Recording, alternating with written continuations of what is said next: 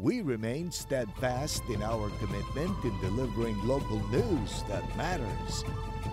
Stories that inspire. Enriching the lives of Filipinos in the Philippines and across the globe. This is your GMA Regional TV. Buong puso para sa Pilipino. Ang mga pinakamalalaking balita ngayong Biyernes. Mag-asawang sakay ng tricycle na bibili lang sana ng pandesal. Nabangga ng motorsiklo. Mister, patay! Kunting hangin lang, kunting ulan, nagba-brown out. Mga residente sa Mangaldan, Pangasinan na perwisyo sa biglaang kawalan ng supply ng kuryente kagabi. To help our tourists navigate the beautiful sites that we offer in Ilocos Norte. PBBM, pinangunahan ang pagbubukas ng tourist rest area sa Pagudpud, Ilocos Norte. At dinamnam ng malunggay Mickey, ating lasapin.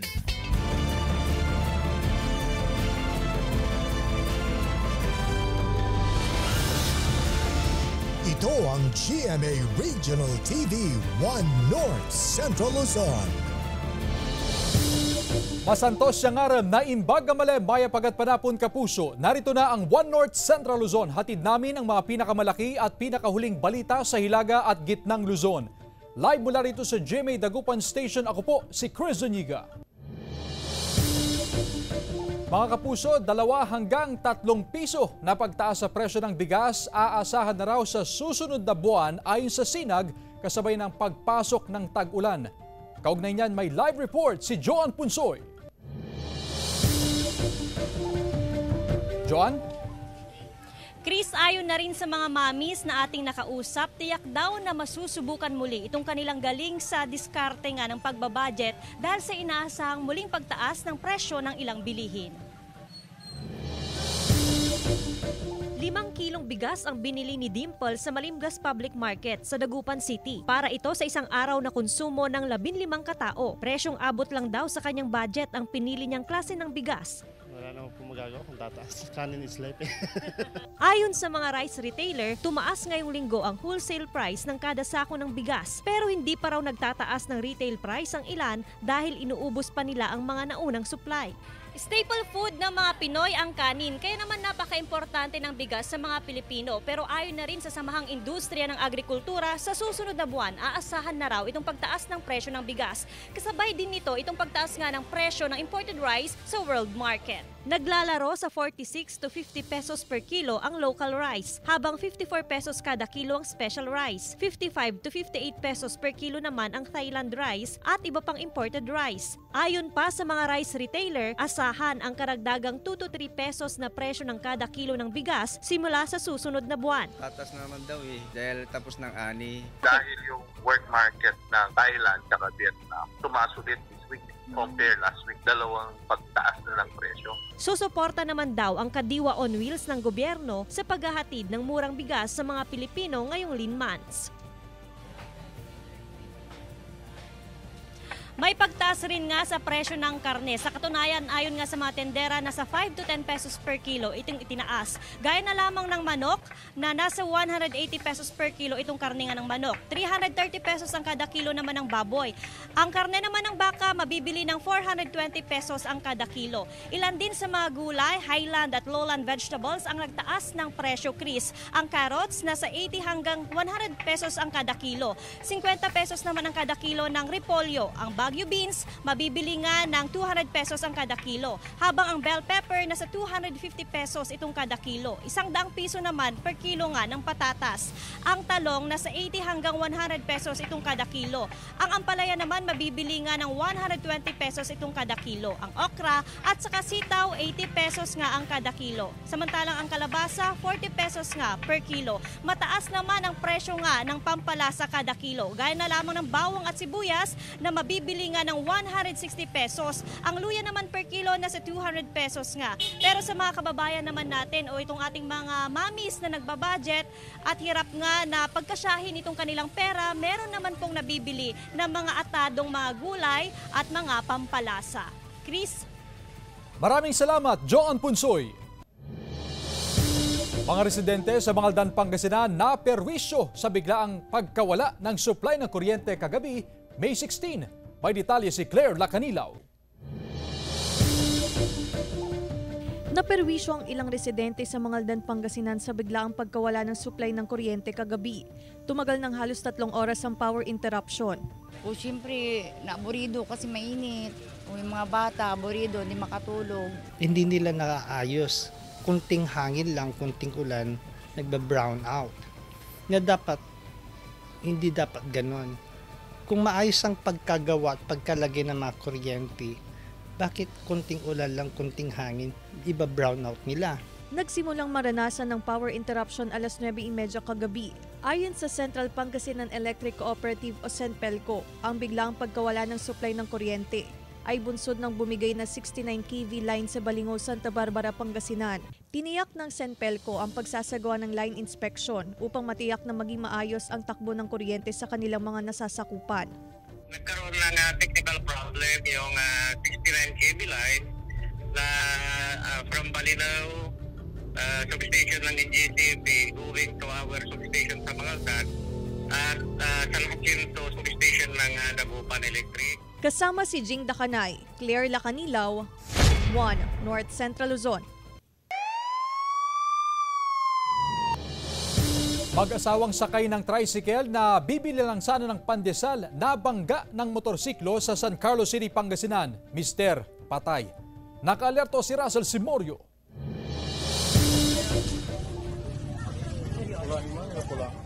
Sa cellphone video, kita ang sinapit ng driver ng tricycle matapos ang aksidente sa barangay Talang, San Carlos City, Pangasinan, bandang alas 4 ng hapon, May 16.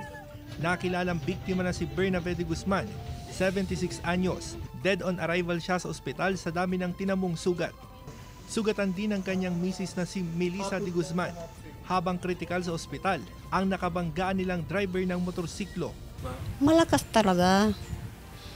Kung hindi malakas, bakit naputol yung paa ng asawa ko dito? Kwento ng anak, pauwi na raw sila sakay ng tricycle matapos bumili ng pandesal ng maaksidente. Nakatakdang mag-usap sa himpilan ng pulisya ang pamilya ng mag-asawa at kaanak ng driver ng motorsiklo. Sabi ng kuya kong panganay, kakausapin yung nakabangga na yung suporta lang po niya sa gastusin namin. Ayaw na naming magpa-blatter.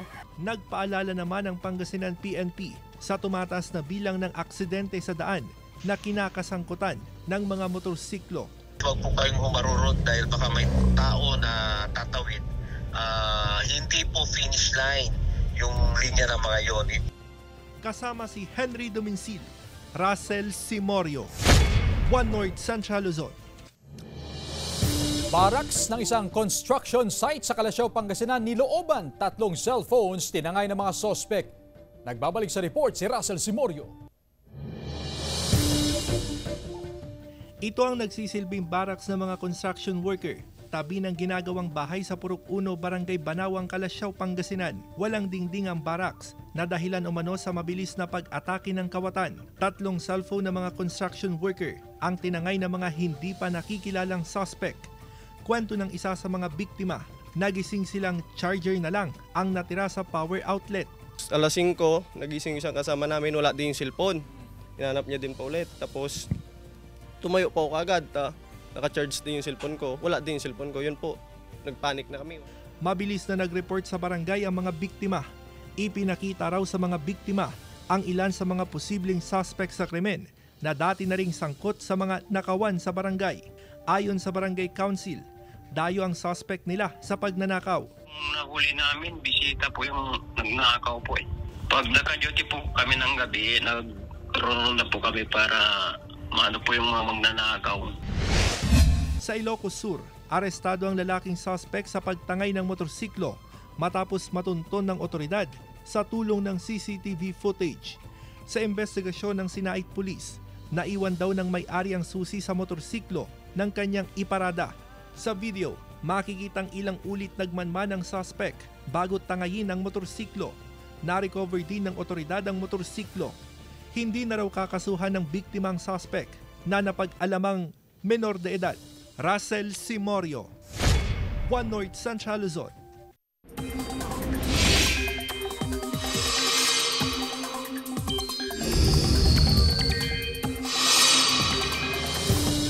Magkahalong init at ulan pa rin ang mararanasan sa iba't ibang lugar. Apektado kasi ng shear line ang extreme northern Luzon habang patuloy ang pag-ihip ng easterlies sa natitirang bahagi ng bansa. Sa datos naman ng Metro Weather, halos buong northern at central Luzon ang makakaranas ng pag-uulan.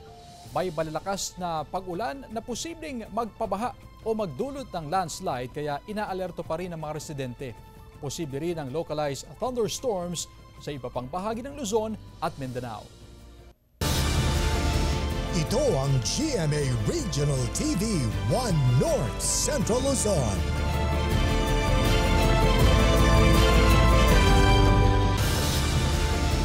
Ito ang GMA Regional TV 1 North Central Luzon. Madilim na bahagi ng kalsada na madalas pinagtatapunan ng mga basura, problema ng mga residente sa Mangaldan, Pangasinan. Sundan sa report. Madalas lumalabas ng kanilang bahay ang 86 anyos na si Constante Hortaleza sa Barangay Landas, Mangaldan, Pangasinan. Naglalakad-lakad bilang bahagi ng kanyang ehersisyo at para na rin makalanghap ng sariwang hangin. Pero imbis na makapag-relax, sumasalubong sa kanyang masangsang na amoy ng basura. Hindi magandang ginagawa nila Hindi. Basura na nung maganda lang daan. Nung hindi pa maganda, walang basura dito. Perwisyo na rin daw sa iba pang residente ang umano'y pagdami ng basura sa lugar. Yung balaybo ng manok, kapag basa, mabaho kapag nabubulok. Ayon sa mga opisyal ng barangay, posible umanong may nagtatapon ng basura sa lugar tuwing gabi. Kailangan daw magkaroon ng street light at CCTV sa barangay upang mabisto kung sino man ang mga nagtatapon ng basura roon. Gusto na namin sana na matigil na yung pagtatapon nila ng basura dito kasi dapat sana malinis para hindi nakakaya naman sa mga dumadaan. Baka ilang beses na siguro nilinis namin na. Baka 4 na beses siguro nilinis. Pagkatapos ng malinis na, pagkalipas na isang linggo, mayroon na naman. Nanawagan din ng punong barangay na pairali ng disiplina ukol sa tamang pagtatapon ng basura. Hindi naman lahat ng mga dito, mga tanod nakabantay. Okay, yun lang ang solusyon, disiplina. Kasama si Jing Dakanay, Claire Lacanilaw, 1 North Central Luzon. Nasabat naman ng mga tauhan ng Bureau of Customs, Port of Clark ang isang shipment na naglalaman ng marijuana o kush. Idineklara bilang hooded sweatshirt ang shipment na dumating sa bansa noong May 9 pero nang ipadaan sa physical examination at canine sniffing, tumambad sa mga otoridad ang 4 na pouch na naglalaman ng dried leaves at fruit tops ng hinihinalang high-grade marijuana o kush na isinilid sa loob ng mga hoodie. Kalaunan, kinumpirma ng PIDEA na mga marijuana ang mga nakuha mula sa parcel pagkatapos ito magpositibo sa chemical laboratory analysis. Aabot sa 1,900 grams ng high-grade marijuana na nagkakahalaga ng 3.13 million pesos ang nakuha mula sa mga parcel.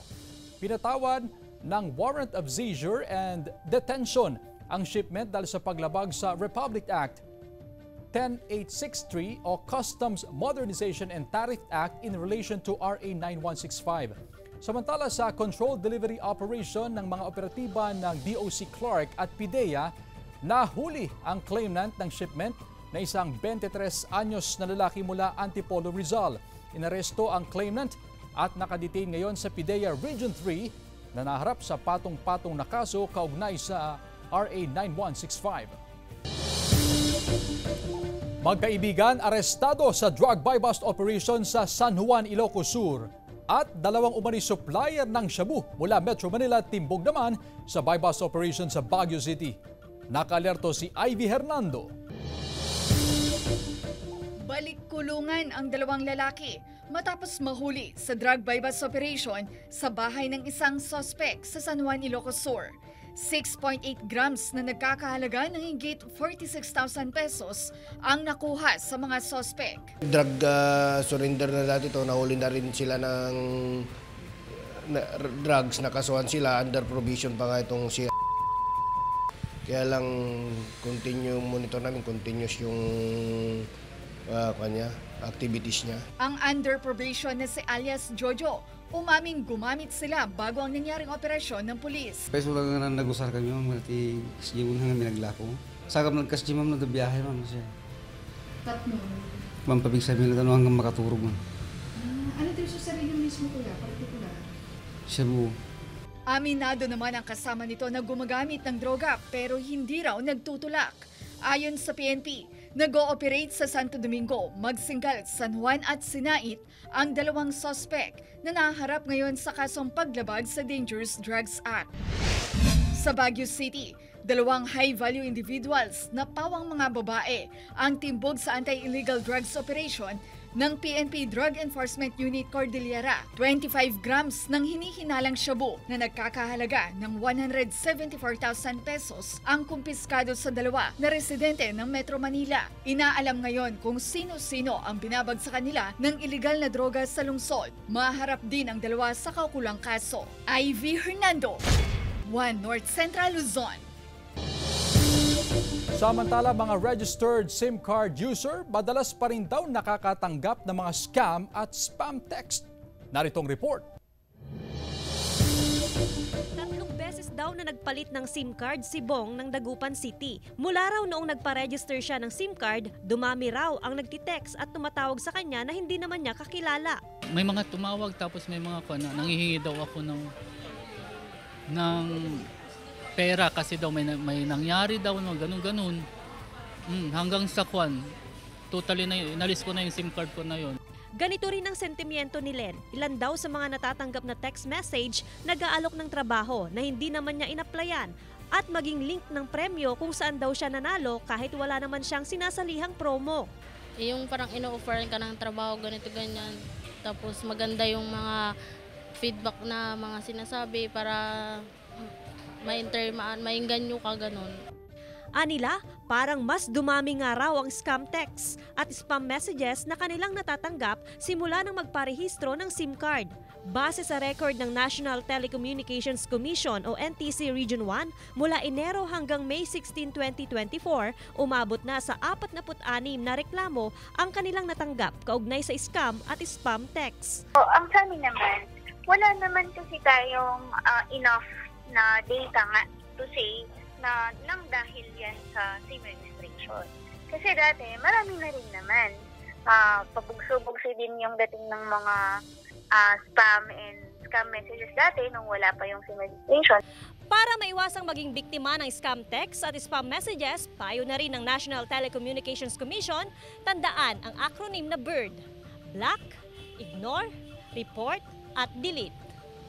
Paliwanag pa ng NTC, kung alam naman na walang transaksyon mula sa mga nagtitext o numero na hindi kakilala, huwag na lang patulan. Bumisita rin sa website ng NTC para magreklamo. Joan Punsoy, One North Central Luzon. Pangulong Bongbong Marcos pinangunahan ang pagbubukas ng tourist rest area sa Pagudpud, Ilocos Norte. Silipin sa report ni Gab De Luna. Pinangunahan ni Pangulong Ferdinand Bongbong Marcos Jr. ang formal na pagbubukas ng kauna-unahang tourist rest area sa North Luzon sa Saud Pagudpud, Ilocos Norte. December 2022 nang isagawa ang groundbreaking ceremony nito, kasama si Tourism Secretary Cristina Garcia Frasco. Ngayon, nagbabalik ang Tourism Secretary kasama ang Pangulo sa formal na pagbubukas sa publiko ng tourist rest area.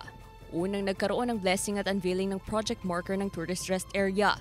Ang gusali ay matatagpuan sa Municipal Beach ng Pagudpud na itinuturing na Boracay of the North at kinilala bilang isa sa 25 most beautiful beaches sa buong mundo. Sa mensahe ni PBBM, binigyang diin nito ang adhikain na gawing tourism powerhouse ng Asya ang bansa. In Ilocos Norte alone, we received more than 3.5 million same-day visitors in 2023 and around 515,000 domestic and foreign tourists stayed for longer in hotels and in resorts. It shows that we have the attraction, we have the product, and we have the people to make it happen. I am truly proud to call this land my home. Magsisilbing one-stop shop ang tourist rest area sa mga bisita. Meron itong tourist information and assistance desk, charging and workstation, libreng internet connection, automated teller machine, dining at rest area, at pasalubong center. Ilan naman sa mga kalapit na atraksyon ng pasilidad ang Cabigan Falls, Patapat Viaduct at Blue Lagoon sa Pagudpud. these TRAs have been established across Luzon, Visayas, and Mindanao, with 10 having been constructed in 2023 until 2024, and with at least 20 more to be constructed upon the directive of our President, as high north as Batanes, to as south as Sulu and Tawi-Tawi, west, Eastern Samar, to as east in Eastern Samar, and as far west as Brooks Point in Palawan. Ibinahagi rin ng DOT na layo nilang matulungan at mabigyan ng hanap buhay ang local small and medium enterprises sa pamamagitan ng pagpapatayo ng mas marami pang tourist-stressed areas sa bansa.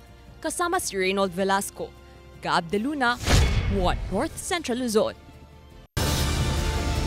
Ito ang GMA Regional TV 1 North Central Luzon.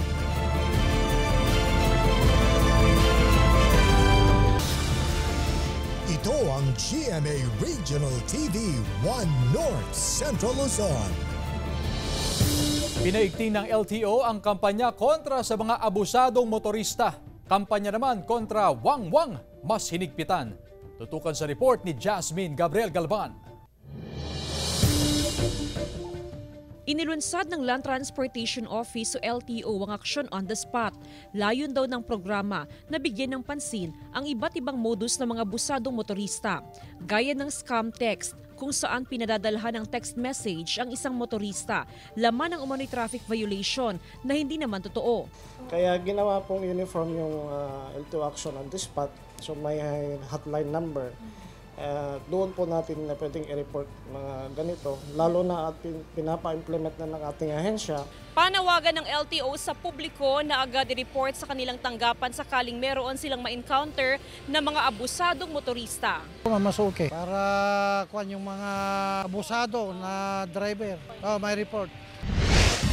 Sa Ilocos Sur, hinigpitan ng LTO ang kampanya kontra wangwang, lalo na sa mga kawanit opisyal ng gobyerno na gumagamit ng sirena, blinkers at iba pang signaling o flashing devices. Marami na raw nasitang HPG. Gaya sa mga motorcycles ay authorized silang magdagdag ng auxiliary lights provided na mayroong specific or limit na gagamitin doon sa paggamit ng LED. Nakapaloob sa Presidential Decree No. 96 na tanging sasakyan ng AFP, NBI, PNP, BFP, LTO at ambulansya ang maaring gumamit ng signaling at flashing devices. Jasmine Gabriel Galvan, 1 North Central Luzon. Kabilaan ang checkpoint ng PNP sa mga interior roads sa mga barangay sa Calasiao, Pangasinan. Bahagi raw ito ng anti-criminality campaign at para masigurong ligtas din ang mga motorista sa kalsada. Pero numero 1 nasisita sa checkpoint ang mga rider na hindi nagsusuot ng helmet. Kada araw umaabot sa 20 hanggang 30 rider ang nahuling walang helmet at pinagbabayad ng karampatang multa. Sa Barangay Banawang, ilang rider ang hindi nagsusuot ng helmet pero paliwanag nila, dahan-dahan naman daw sila sa pagpapatakbo at hindi sila dumadaan sa National Highway. Unang regional consultation ng Senate Subcommittee sa Constitutional Amendments isinagawa sa Baguio City. Sundan sa report. Sinimulan na ng Senate Subcommittee on Constitutional Amendments ang regional consultation para sa panukalang charter change o ang pag-amyenda sa 1987 Constitution. Isinagawa ang first leg sa Baguio City na dinaluhan ni Senate President Juan Miguel Zubiri, Senator Sani Angara, Senator Loren Ligarda, Senator Ronald De La Rosa at Senator Bongo. We would like to know whether the proposed measure will actually alleviate the condition in our country. How will it affect livelihood and the local economy? We want to know from the residents of Baguio City and nearby provinces present today the possible effects of the proposed amendments to the Constitution. Will these amendments create opportunities and improve the local economy? Dumalo sa public hearing ang iba't ibang local leaders sa Benguet at Karatig Probinsya kasama ang multi-sectoral representatives para magpayo ng saloobin sa issue. Gaya ni Baguio City Mayor Benjamin Magalong. With the current landscape, our industries would be able to support an economic track that is globally competitive, dynamic, and adaptive to economic trends. Nagpahayag ng suporta sa kanilang isinimiting position paper ang ilang local leaders economic provisions na naisamiendahan, gaya ni Benguet Governor Melchor Diclas at Board Member Erickson Singson ng Ilocos Sur. Makakatulong daw sa lokal na ekonomiya ang pagpasok ng foreign investor.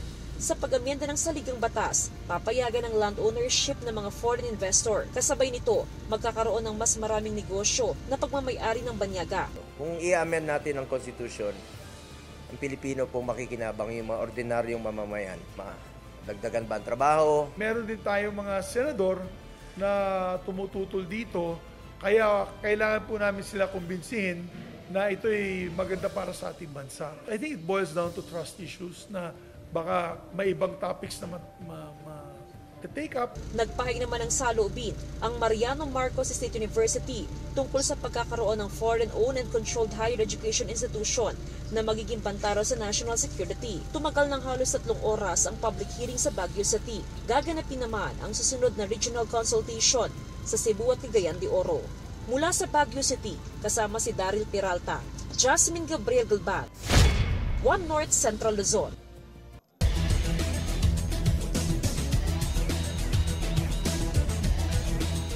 Matapos magwagi ng Letran Lady Knights sa 5 sets ball game laban sa LPU Lady Pirates sa step ladder semifinals, ang Letran Lady Knights ang makakaharap ngayon ng undefeated Benilde Lady Blazers sa finals.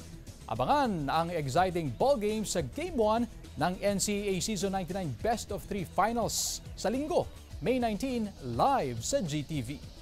Habang sa Men's Division, maghaharap sa finals ang Perpetual Altas at EAC Generals sa Men's Volleyball Tournament.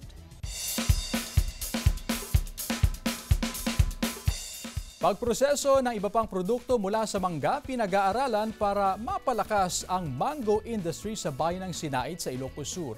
Kasabay ng pagdiriwang ng Mango Harvest Festival. Tunghayan sa report.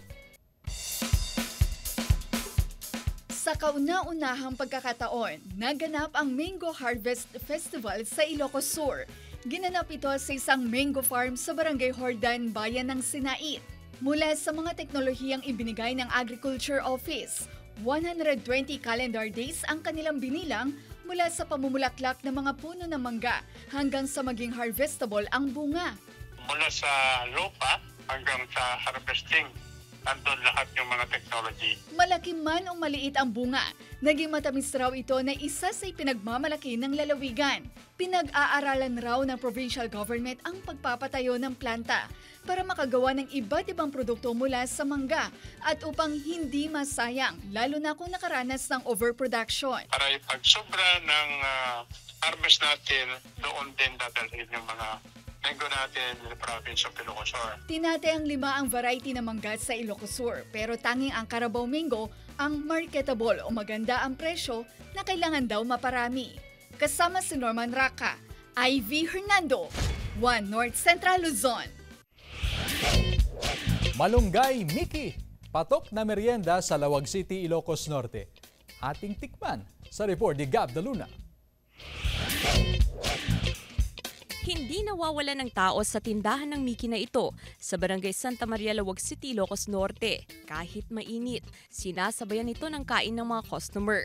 Gaya ni Jelly na dinarayo ang malunggay Mickey. Naimasmet ma'am ta kanain kami yung umay da kam nuka dalakay ko lalo no umay da ag basketball. Ito inukat panganan mi ma'am. Adu kam nuka umay dumay dayo kam nuka ma'am. Naraman ng DJ ko mang kaslang tay anatay malunggay na ma'am.